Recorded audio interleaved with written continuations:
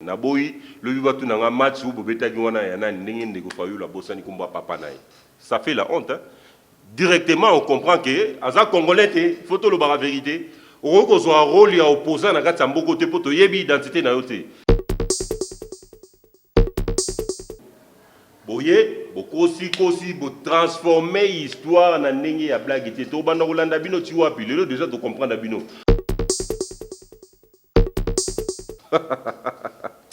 La négo fayulu. Il faut longola titre wana ya qui opposant républicain au se décerner wana longolango. On n'a pas besoin d'étrangers, bah on opprimer toujours le colon à sol congolais. Non. Comment un opposant, tu te dis opposant, oyebi komba papa na ote. J'ai maudit Moutounion sans une mauvaise intention contre ce pays. J'ai maudit Moutounion sans boma mouninga na congolais ou bien boma congolais pour l'intérêt na ye. J'ai maudit Batunion sans bazana makanisa mabe pour namboka oyo. Ba génération na bino mobimba. Oh non soit liambongo ya mabe, ya makila ya mboka oyo, ya trahison ya mboka oyo, ya tuerie ya mboka oyo, ya ba viol ya mboka oyo. Génération na ye mobimba a bongate.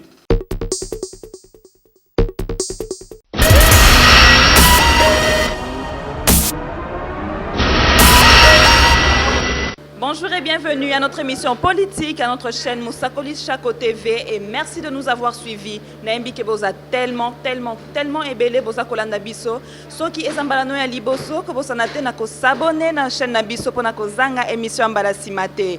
Comme d'habitude, na zanga mon côté pona ko répondre à ma question na bino, naza accompagné avec le maître Bola. Ensemble, nous allons répondre à vos questions et vos préoccupations. Bonjour maître Bola. Bonjour maman Mopandi Sango. Comment allez-vous maître? Naza malamu maman Nangolu Yankolo. Maître Bola, balobi yonde makambo donc oye siko toza nazomona koza na kanda, oza penza na kanda penza donc to éviter. Siko maître, ma question est libiso vraiment ébélé, toza penza na ba question ébélé lelo. Donc tolingi toyeba maître.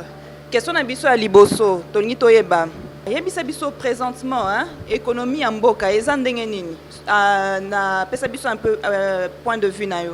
Merci beaucoup madame. Moni nalobara avant toute chose pesa no matondi par Kolo Nzambe pour yene doit permettre à ce que tous se retrouver encore liboso ya ba téléspectateurs na biso nyonso et puis na bimisa slogan mort ming pour lobake dans tous les cas c'est le Congo qui gagne. Lelo sous le gouvernement Tshisekedi, donc sous Tshisekedi, économie et respirité. Toro se voilé face, économie est absolument té. Pour ce qui même n'a sima to sali rétro total en dégonabiso Joseph Kabilanda Giraki, tiko kenenae au monde que surtout qu'un terme à dollar pour économie na biso to mesurer surtout na terme à dollar. Moni na dépravation monétaire mais bizarrement depuis moi, je suis de côté de pouvoir, économie, en tout cas, je plein. 2 ans d'autres élections de la coalition, et qui vraiment des difficultés pour les Congolais. Donc, s'il faut répondre à la question d'une manière générale, tout ça, l'économie. Alors, le gouvernement, il y a ça maloukonde de côté. Biso to pesi chance na loba toujours moi je suis opposant radical. Dans une raison ming te okangela bato motema bato baye lelo na lobi po na robanda. Ndeko sama lukonde nda kotina gouvernement na ya union sacrée. Biso to pesi bino ba chance pour situation na mboka bango lokwa bazali kolo ba omona ngote bokita na niveau assez. Lelo ba savon pour biso to koto ya ba race nyonso population ba couche nyonso. To yebi ba difficulté nini ba mama ou même ba maman maraîchère ba ndeko na biso ba friperie bana nyonso ya mboka ba chayer ba tato du jour ba vivre na kati ya terrain. Libre comme c'est 300 francs ba savon ba les coques comme ba 800 francs wana ba konzi ba yebi ngote. Bango ba kabola ming ba millions. Économie eza par terre, dollar eza romata biloko imati moi na mboka wa vivre na tout du jour à vivre ça. Donc de Kosama Lukonde, bon mais quand on redresse l'économie. Donc on peut nos chances. Tous on a pas délai, on a besoin calculer. Premier trimestre déjà fait tout le monde a avancement. Sur les athées, je vous avais dit déjà que nous avons un opposant radical, donc on a frappé. Madame économie pour l'instant, et ça n'a noté. Tu peux si confiance kaka na gouvernement de Kokota, bah la xabiso au nini bah capable de ça. Maître, toni to tuna lisusu, hein? Et loko nini ezo freiner croissance économique ya RDC. Déjà, tout ça un problème il y a mes gestions. toyebi ko gérer te ya on ba pona ni to lingi mboka ote toyebi ko gérer te ndeko Joseph Kabila tout en niveau ya gabeji auto versaka à la place ya ko chambongo na makambo eza important et utile na kati ya mboka ndeko Joseph Kabila ex-président muto azana passion ya mboka chaque mois zo toucher 680 000 dollars pe azui na ye ndeko Joseph Kabila o yazaki bon sénateur ya vie chaque souka sanza ndelo toza le 29 boy na ebité soka toucha donc ba toucha ngolobi le 30 a reçoit 680 000 dollars et là ça nga pasi économie ezate toza par terre ba budget to votera mensuellement ou bien annuellement et ça na ba budget mo fictif o alobi 4 milliards ou abi 11 milliards ou abi lycée donc concordance pesate mais ba pesio quand même 680 000 dollars aux unis na yo pays même to kengela yo zo 100 dollars atabino moko ndeko na biso son excellence monsieur le président de la république a gagné 2 700 000 dollars par mois sur l'économie en mboka ezane le président de la république a touché 2 700 000 dollars les mois atabino moko mboka se développer neni bango baza bato yo na niveau baza to yebike ba poste monsieur net président de la république bango même pas ko futa yo le premier citoyen du pays. Boko futa yote c'est la bonne foi. Ba entrer goya, ba actionnaire ba goya, ba topimité moment ba goya. Net singa le président de la République non, on a besoin de salaire hein. Mais bango 2 700 000 azui, kuna 680 000 azui. Toké to soto chité net na salaire à première dame. Première dame a touché 400 000 dollars. Je me demande pourquoi. Investiture, il y a un nouveau gouvernement, ba ministre ba kotiwana, ba pesi bango 70 millions pour na frais d'installation.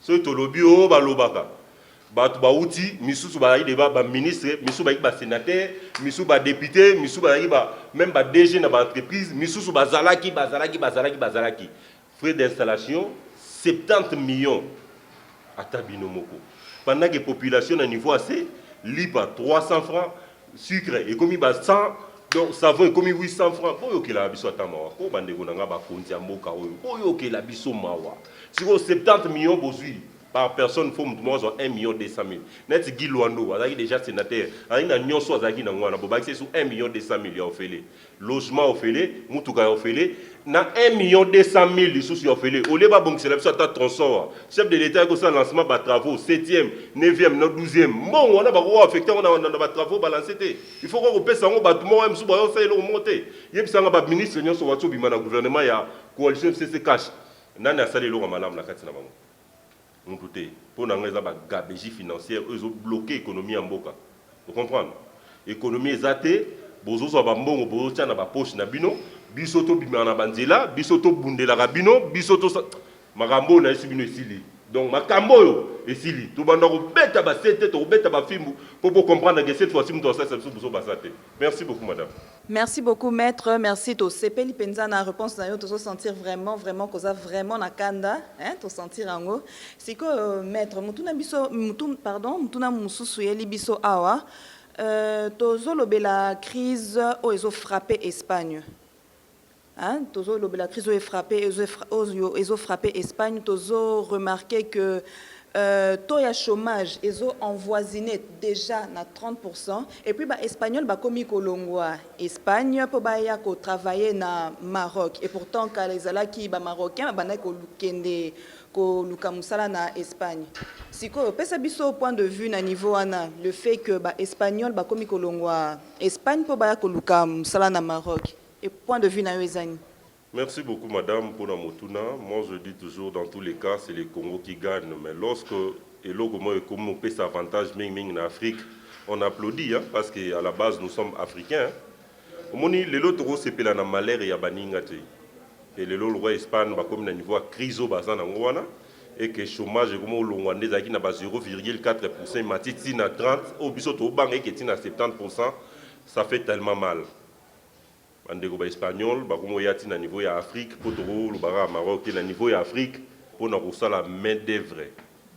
En tout cas dans les cadres il y a qui congolais dans les cadres qui africains na okene mingi na prophétie aussi mo ki mbango apesa biso pour ba te belé ba yebi on même ba occidentaux ni bazana ba yebi professionnel le ba ke mundele okoma mutu mwindu okoma mundele et puis professionnel zaki il fallait to courir 400 ans ya souffrance après que to régner ma origine ya maman na biso qui profite ba to ba yebi histoire te il est grand tabozo abo prendre note hein. Le fait que Congolais a régné qui ba origine naïe. Ba laquelle la biso mabé na bateau boyebi ba maman qui pas vite. Fallait tout souffrir pendant 400 ans. 400 ans de souffrance on a mondé là autant pour les colons na biso. Profession on a puis période de souffrance on a fait ici là en 2021. Le loso bomuni espagnol aye na Maroc koko manette menisé pendant qu'il y a directeur ya banque kuna en Espagne. Il faut interpeller bino ba africain.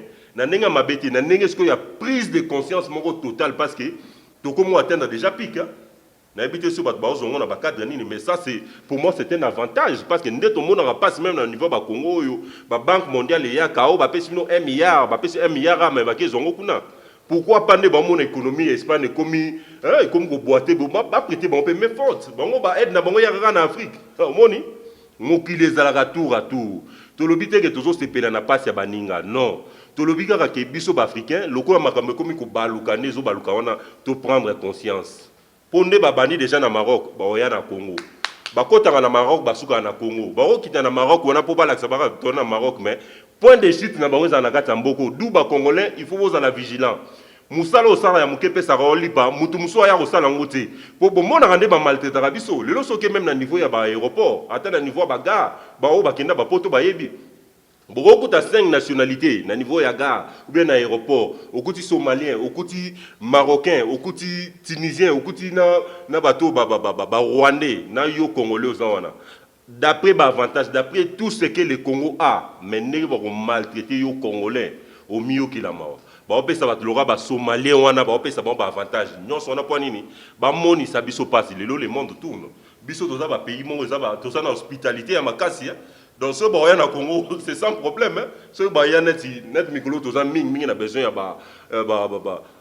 lavandier, nini. Ce ce n'est pas un problème. Vous comprenez? Donc, pour moi, je compatis d'abord par rapport à la souffrance na bango parce que biso toza biso batamité m'embêter, mais ndeko ba congolais pour prendre conscience. Makambe komi ko changer même bino batu bozana ba diaspora wana. Bo reprendre conscience bo longwa na ba investissement bo somba ba appartement na poto. Bo yaka kotonga awa de façon que ba o bazo wuta ba Espagne wana ba wuta partout États-Unis France ba oya ba vanda na bandako oyo bino pe botonga po bino pe bo futeli pendant temps mula yepa na bango. Ba ya pe ko futeli pa na bino. C'est dans ce sens-là. Pour moi, c'est l'Afrique qui gagne. Merci beaucoup, maître. Merci. To sepel penza na réponse yo. Vraiment, et réveiller penza conscience na biso. To sepel penza na réponse yo pe papa Chako a sepeli makasi na réponse yo pesi. Na ba tolingi to yeba maître, na ba info o ezoleka na Inde côté pandémique. Tolingi to yeba message nini olingo memela ba congolais oyo baza kuna na oyo baza awa. Yebisa biso nana. Merci beaucoup, madame. Dans tous les cas, c'est le Congo qui gagne. Congolais à la ramouté mamabité. Congolais à la hospitalité, moko onzambeye, moko muto installa kati na biso. Le lo muluba so longwe mbujima yake Équateur a okuta na place olala. Le lo équatorien so longwe Équateur yake kisangani a place olala. Le lo muto kisangani so yake katanga dans la place olala. Pourquoi pas bandeko ba uta ba endo pakistanais baya? To yamba mutu nyonso mais na ka o eza ya pandémie. Makambo ezoleka na Inde na mona kutu pourquoi na répondre na tamula ité. Donc bandeko nanga ba congolais ressortissants congolais oza na Inde na moment oyo mutu ya wate. Vous comprenez? Pour objectif il y a ba conspiration musu ezaraki africain azala exterminer. Le roi biso le roi to comprendre yango na lobi na bandeko tout ba ressortissants congolais o boza na Inde présentement mutu ya wate. Et puis bandeko oyo baza awa ba indien même ba congolais o baza na poso ko voyager pour na Inde ko bimeza problème te o bima me okota te bandeko ba indien o baza na poso ko ya awa boko ya awa te tima ka mwana nyoso ici là so yimo doit décider na makambo azati ngalo ko en tant que leader d'opposition en tant que opposant radical no bi que vol moko ko uta Inde peut quitter na RDC ko zala te na telemeli yango en tant que congolais o azo protéger la population na congolais. Donc, vol et où tu na Inde et où ya ata ba transiter des aroto lekina on en par Kenya poto qui na RDC ba kota awate bandeko na biso ya deuxième ba douana ba kota te tima kamba pandémie ne aussi là. Imaginez ce qui Congo me devait vivre crise wana. Bon moment na ba nyonso ba kangi biso ba frontière peu importe ba intérêt ba tirana kata mboka oyo. Donc ba o bazawa ezala ba Indien ezala ba congolais ba nga okende ba vacances na ba Inde wana muto obimazate. O a santé abimi a kota esuste. Ba o bazakuna libanda. O ba moni situation ne comme compliqué bo s'arranger bo luka ba solution kuna mutu akozonga awa azate je suis opposant radical dans le vol moko ko na Inde pour y atterrir na Congo exacté. Voilà la réponse à la madame. Merci. Merci beaucoup, maître. Merci. To sepeli mingi, vraiment, to sepeli na réponse au PCBISO. Si question, pardon, question mususu to zanango awa, tongi to yeba. Selon yo, guerre ya Est est due à quoi? Yebisa biso à nous mettre. Déjà, dans le website bandiko nanga nyonso ya Est, également ba Congolais nyonso au bazana mokili mobimba. Que moi na mboka opposant radical azo compatir na situation wana ezoleka na Est. Ezana adage mon lobby la misère il y a net il y a biso ba Congolais dans la misère du Congolais ce n'est ni la volonté de Dieu ni ba résultat ya ba msusu ba maram na biso tout ça là entre Congolais non ezaka koyeba musala te ya homme politique ezala Congolais ezala étranger situation ya Est pour nanga to limiter makamte to wemsuna da pessimiste ba ke guerre na Est ici la te mais guerre à Est aussi la rara ceux qui biso mo ba Congolais to telemeliango. Pourquoi ce to telemeliango te ici la te parce que mokili mobimba batira convoitise na bango na Congo. Congo nzamba salango na ba richesse nyonso ceux qui net na Libye baza na pétrole, liba ke Congo paza na pétrole. Ceux qui net na pays où baza na boy, Congo paza na ngo. Alors batu nyonso wana, le fait que to zoa tout wana ba sepelaka na bisote. Ya omoni guerre na Est et aussi la te. Et puis guerre na Est et aussi la te sous point nini pour les Congolais à la main tendue, tout le bara vérité.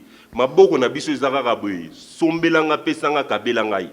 Minere zobima na mboka na biso. Pourquoi batu lokwa ba garçon ba benga soki dan soki nani ba yaka ko s'enrichir na mboka na biso ba comme si ba Congolais ba journalier na bango pourtant yo moko pe Congolais zo vivre na Est kuna okoki ko créer pe carrière minière na yo.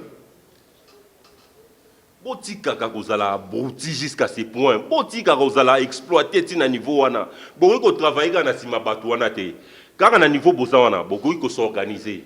Pour créer mine moko ya binomoko donc mine moko ya binomoko bo bandi ko exploiter bo bandi exploiter ba réseau au fondement entre ba Congolais et comme ça bino puissant na niveau na bino ce binomo comme déjà puissant pour mo contrôler territoire hein moto musu aya ko tazate bo croire na ba homme politique te tu sais que de gérer mboka o ye moko te il faut te prêter main forte tant que tos arabes faibles tant qu'on aura toujours la main tendue tant que to bando kendika na ba ONG ba fondation o ba nini ba créer kuna na Est pour na repesa biso ba doya ofele ba zo aboutir biso ba la biso facilité alors que derrière tout ça on va s'enrichir.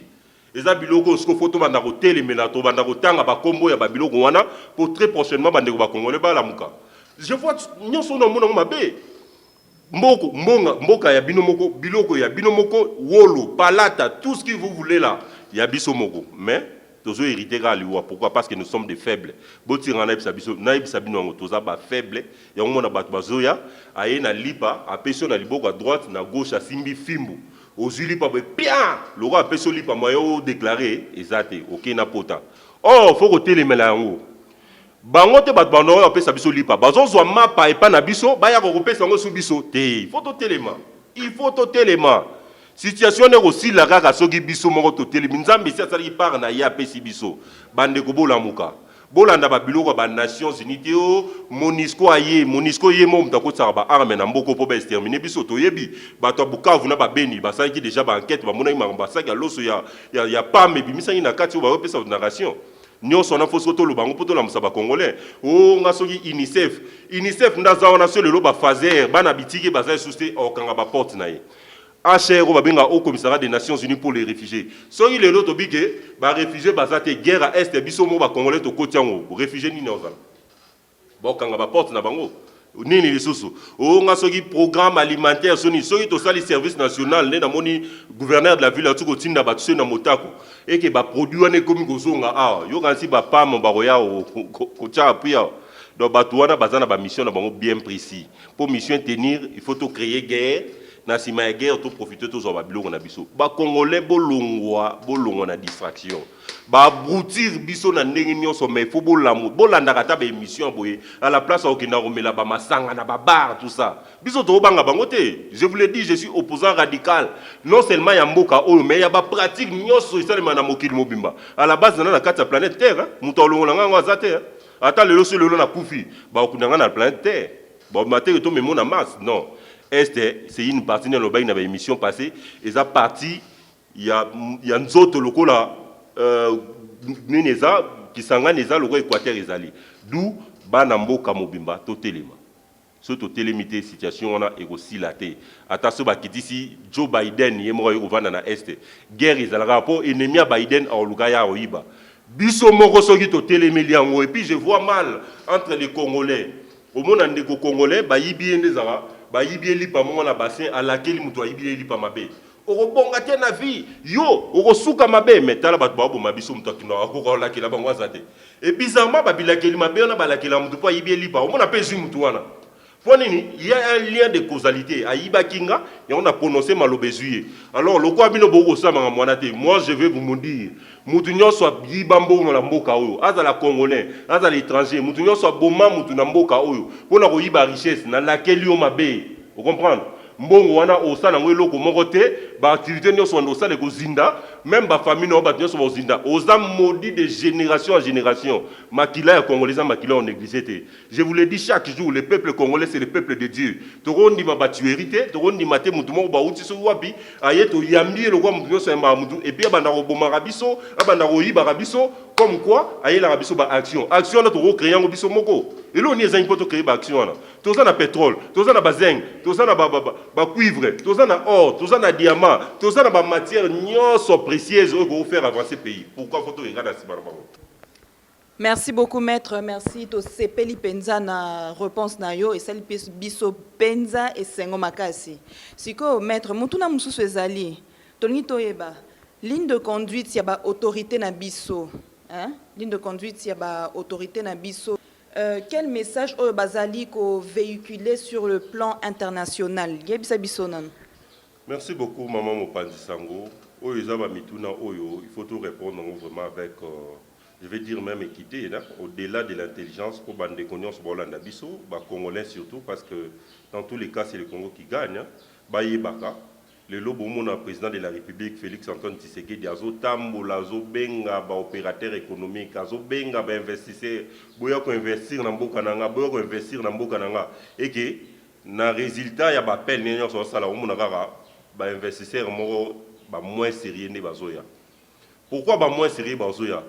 Parce que message aux autorités belé ba véhiculer sur le plan international et ko inspirer confiance té na ba investisseur au bazar sérieux au ba koko ya ko investir ba capitaux ya mine pour l'avancement ya mboka ko créer ba emploi ko créer ba industrie ya mine ba roya té pour tala non pays mo na ba ministre ba détourner ba mbongo ba député pour voter loi faut ba pese mbongo ba sénateur ou ba tchaki na liste ndeko na ya utina Équateur aye atie comme na liste na cadre de chance le repamba na parti tant aussi couloir comme ministre au trahir ndeko na yo eza ba biloko yo même biso ba congolais toza na miso mona ngote mais politique internationale ba mona ka yango tozo véhiculer message à mabe mais boza la posa ba investisseur ba ya non ba investisseur à sérieux ba royate le loso monde ba muto modi kembe ba ya c'est parce qu'il est d'abord congolais ba de toute façon zamboka nanga.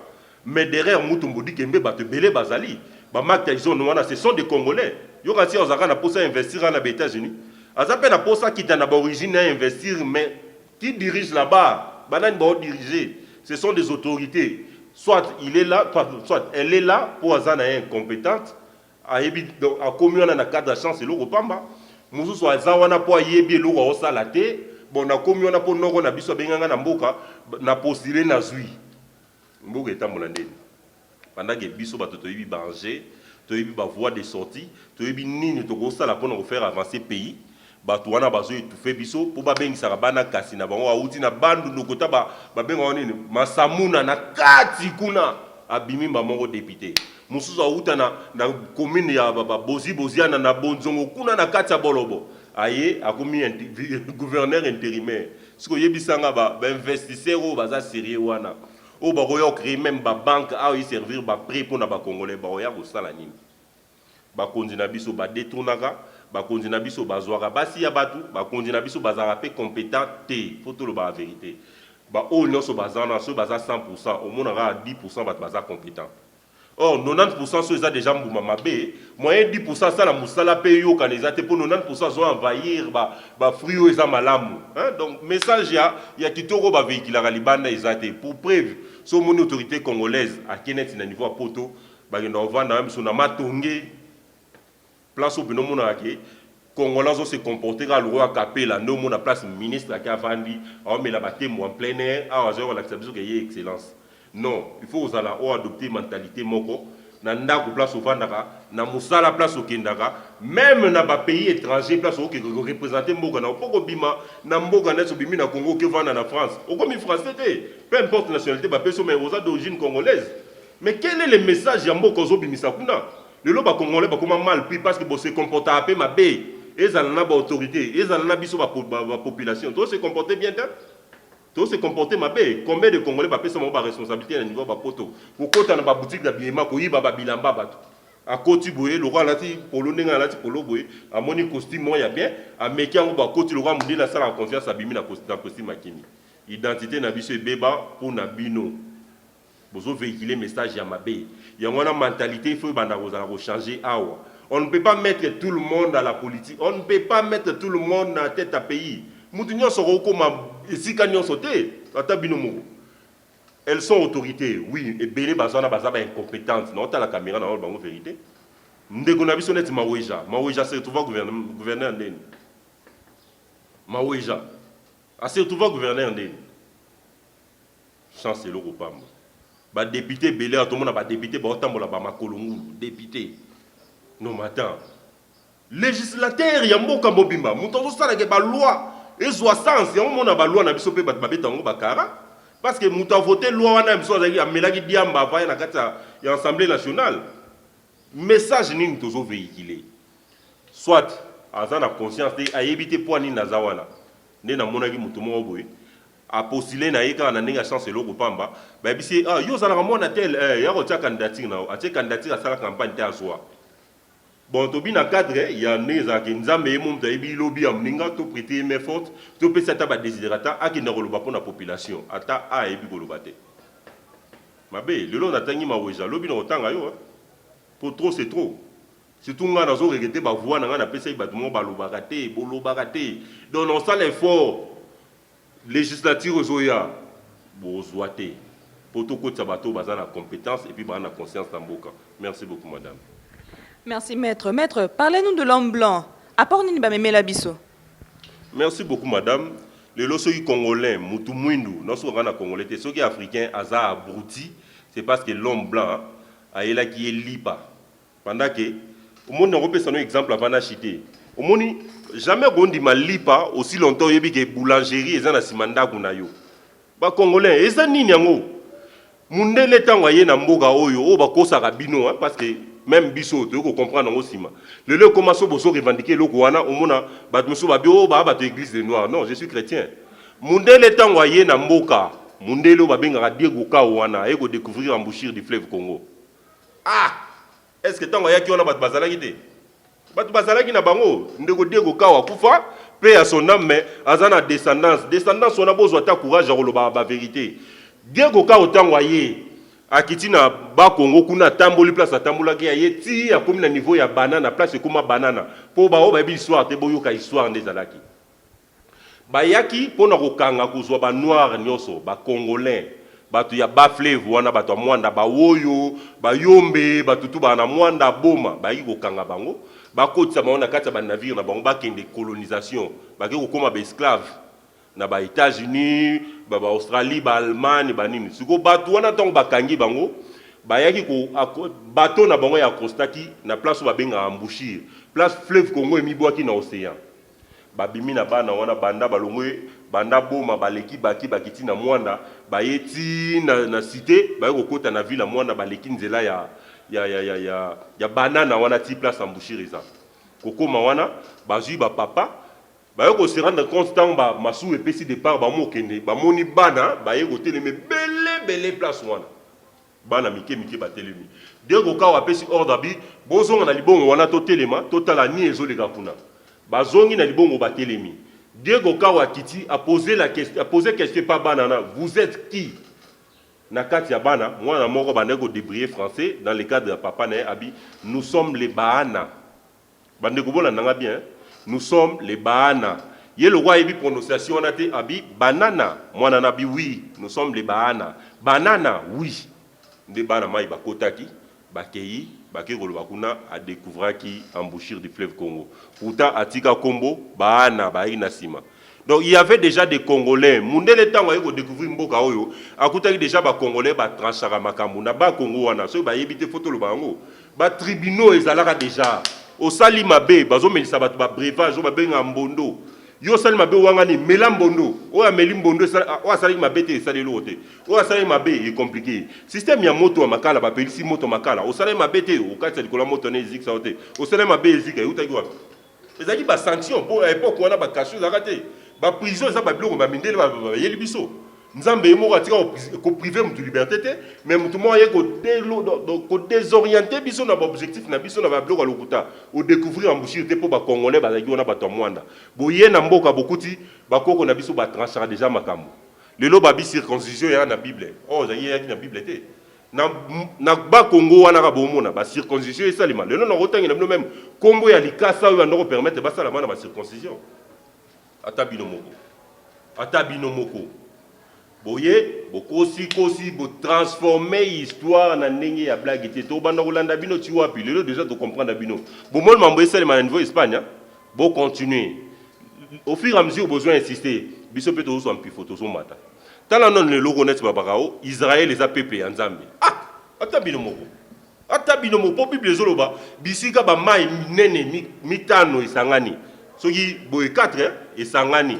c'est là où il y a le cœur de Dieu aussi bible le peuple de Dieu c'est là où coule le lait et le miel na Israël bazanani le miel et bimana pays za désert Israël bazanani parce que moi je fais ces émissions pour na bandeko na biso ba congolais mutu muso za nationalité muso na poso yokango il n'a qu'à interpréter na petit mututé Israël est un peuple de Dieu te le peuple de Dieu c'est nous c'est pourquoi bazo régner biso ba inaka biso ba bomanga biso pona ba biloko eza ya biso moko na sala mundele convoitise pe mauvaise foi motema mabenyo ce quota pour kaka Congo za na onyo so za nango alors congolais faut atika sombelanga pesanga kabela ko senga na foko tika yango il faut to associer ba mabongo na biso to travailler pour na bonheur à pays mundele ko apporter les biso pété so apesi 1 millionnaire dans le bac so apesi lipa na droite na gauche zo na foué ya blague té le lo bandeko na biso ba payer ba prix et ça pour na ba nyongo to des fois wana tant bo umela na ba nyongo ba bit toute façon ba to ata ba futi nyongo té bazala ba matière première biso non besoin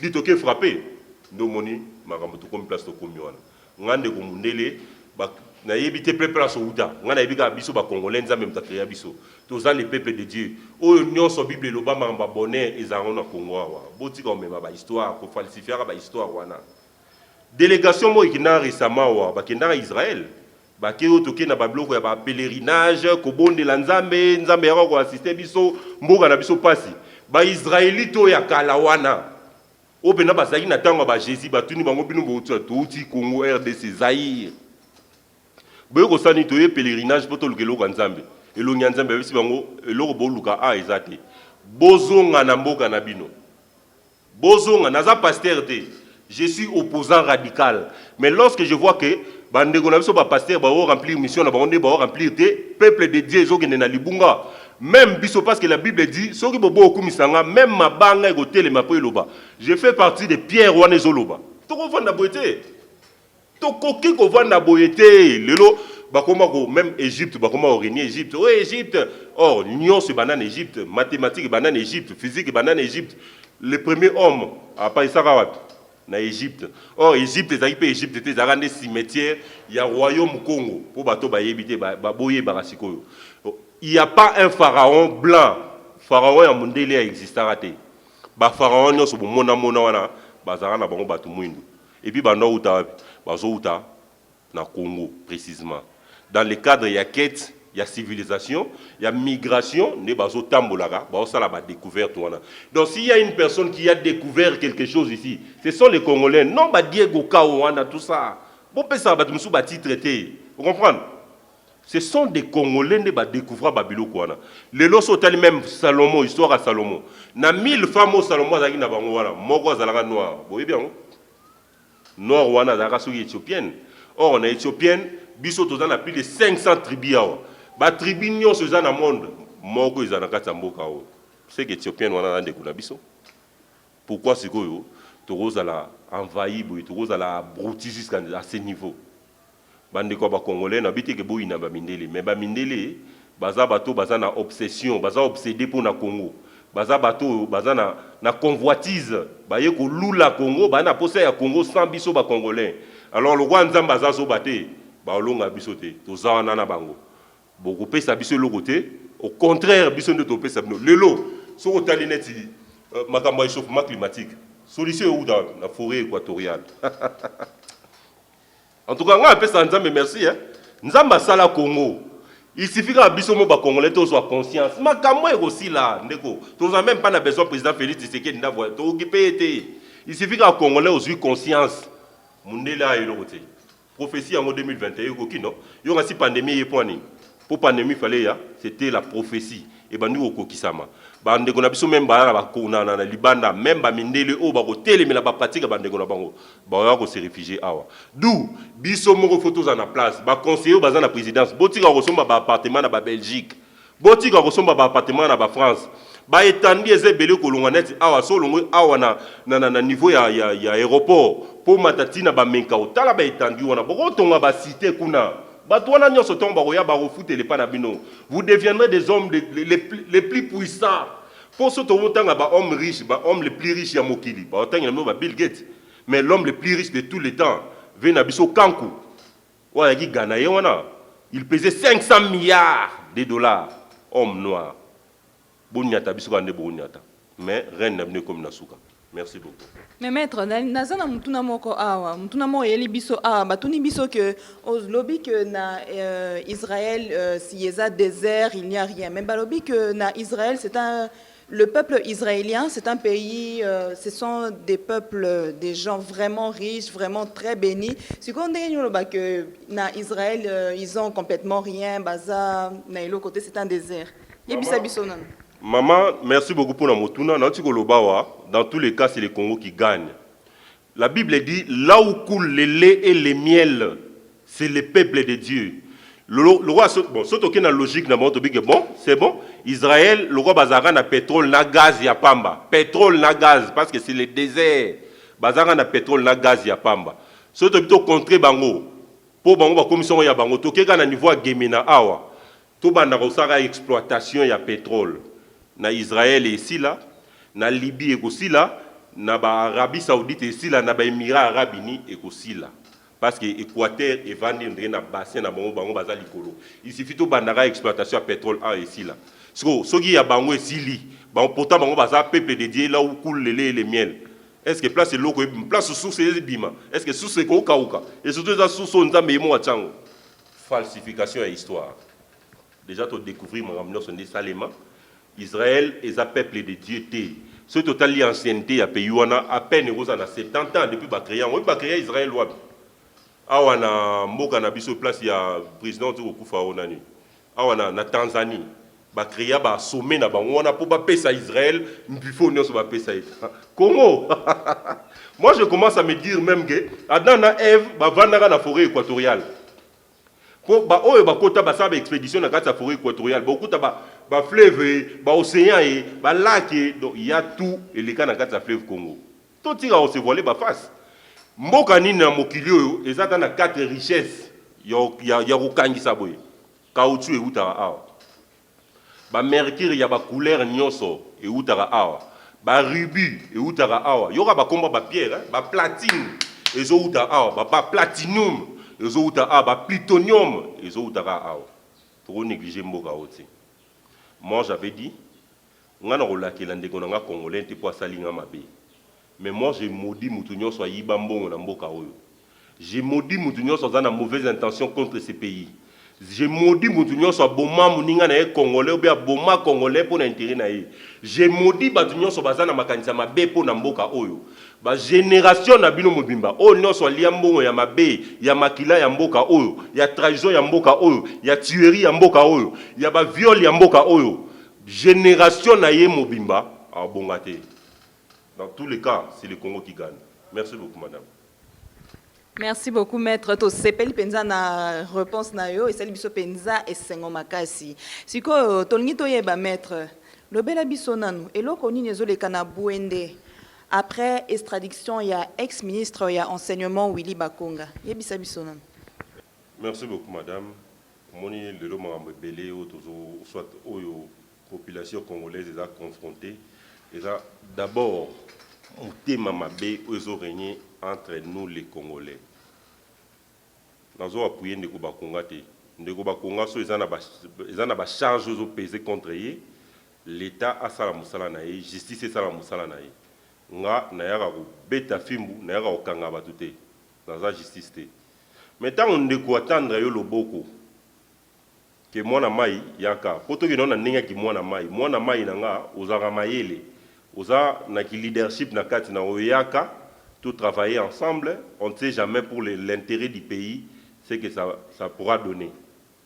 Oye, au Komiwana, à Pessio Mbongo, postulé au commis sénateur, à Pessio Bakontak au commis au commis.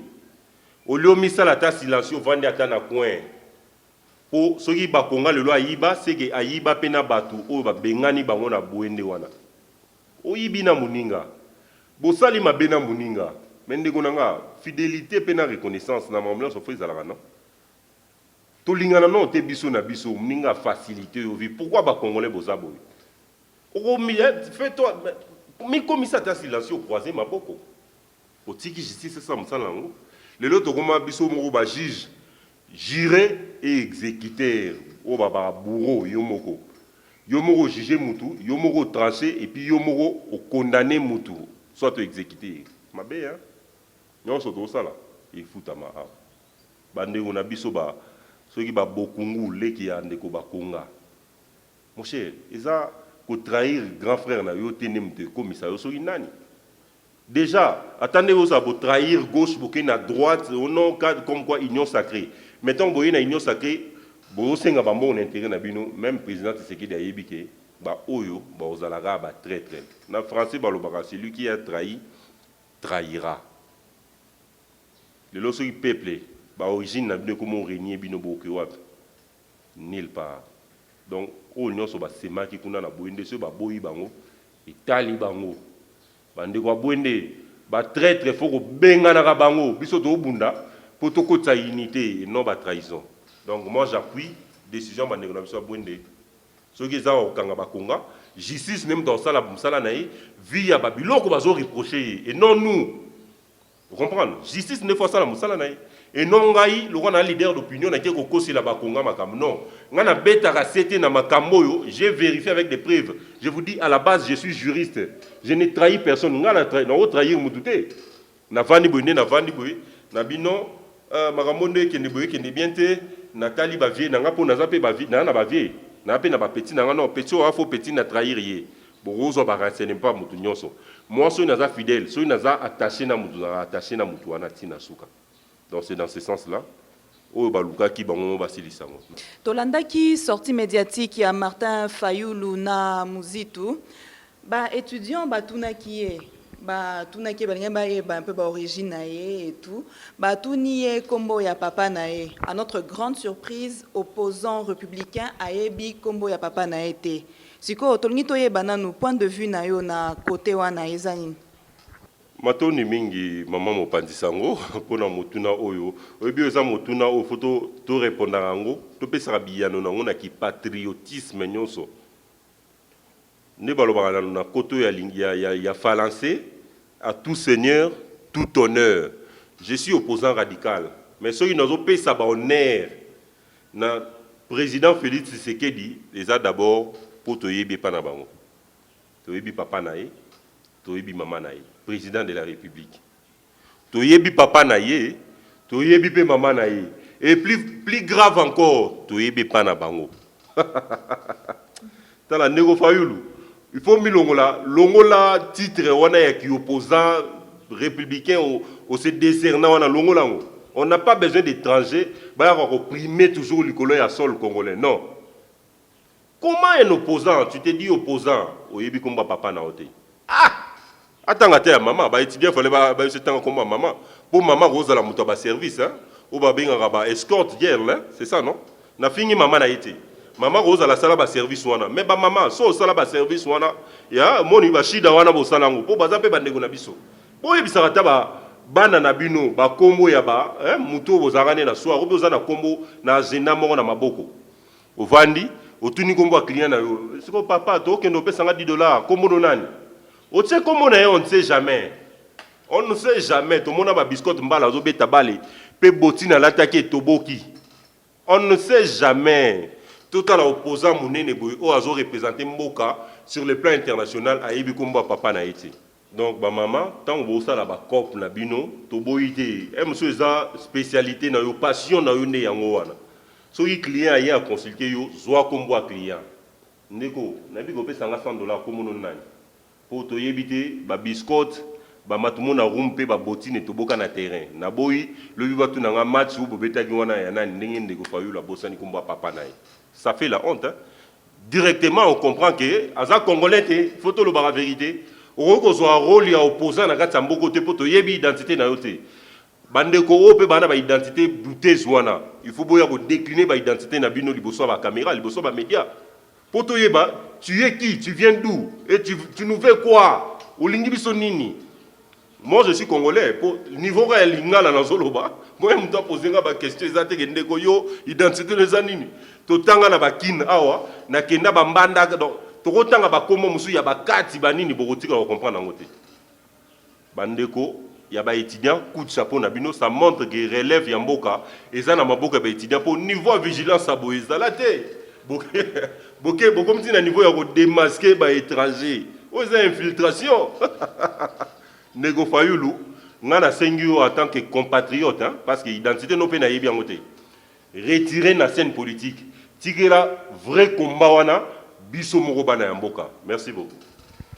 Merci beaucoup, maître. To sepel penza na réponse na yo. C'est quoi, maître? Mot de la fin na yo ezani. Merci beaucoup, madame.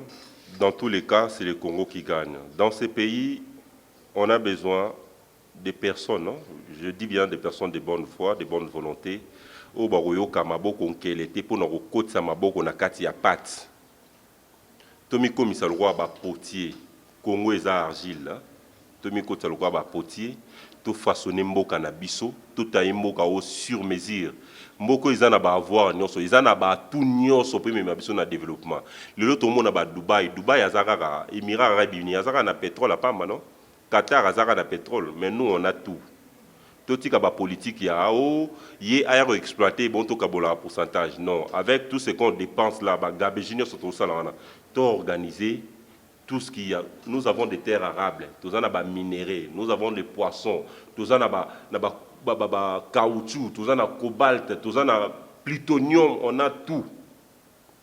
Tout ce qui couper cette opportunité na bapaya pour bazoka les devant na mboka na biso to sangisa mayeli na lobi bien to zana ba tout nyonso pona ko pousser mboka on a développement biso mo ba congolais to trahir mboka oté développement mboka et ou talibanda jamais surtout c'est pas mondele c'est que to zara jamais développé développement mboka fait banda awa et bande parti sécurité banda na niveau na biso déjà to bandiango et moi na mboka l'opposant radical na tendre liboko na nga et pas mutu nyonso ou a la même vision qu'Enga, a tout changé Makambo.